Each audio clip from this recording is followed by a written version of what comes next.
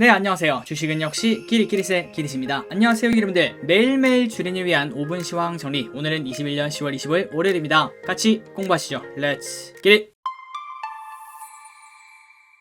자, 오늘 장 정리를 해보도록 하겠습니다. 그리고 들어가기 앞서 좋아요 누르시면은 저 기리세계 매우 큰 힘이 됩니다. 정말 감사합니다. 오늘 코스피 0.5% 상승으로 좋은 흐름을 나타냈습니다. 그리고 코스닥은 0.08% 하락으로 약 보합에서 마무리가 되었네요. 자, 차트를 보면은 장 초반에는 매우 좋지 않았습니다.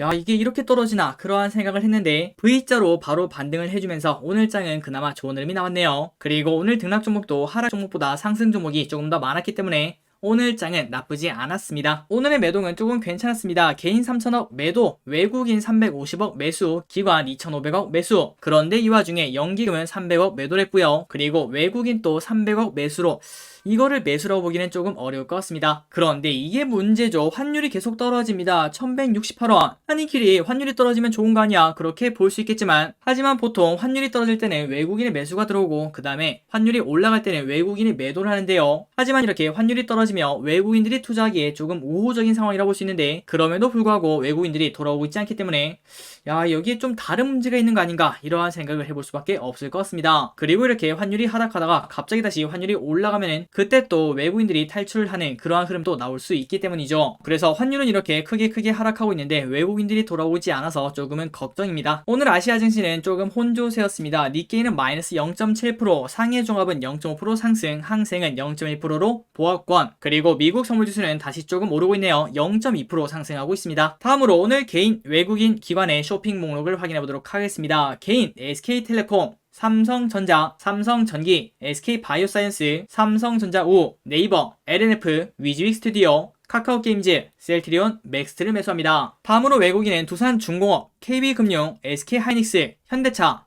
에코프로비엠, HMM, 삼성 SDI, 대주전자재료, 한전기술, 현대백화점, 기아를 매수하고 있습니다. 그리고 마지막으로 기관은 삼성전자, SK하이닉스, 현대차, 크래프톤, LG화학, 하이브, 기아, SOE를 매수합니다. 자, 오늘 한번 외국인의 픽을 보자면은 자동차에 관련된 기업들, 그 다음에 원전에 관련된 기업들이 조금 높은 비중인 걸 확인할 수 있네요. 그리고 기관은 시가총액 상위 종목을 많이 샀습니다. 삼성전자, SK하이닉스, 반도체를 사고, 그리고 현대차, 기아, 자동차를 샀습니다.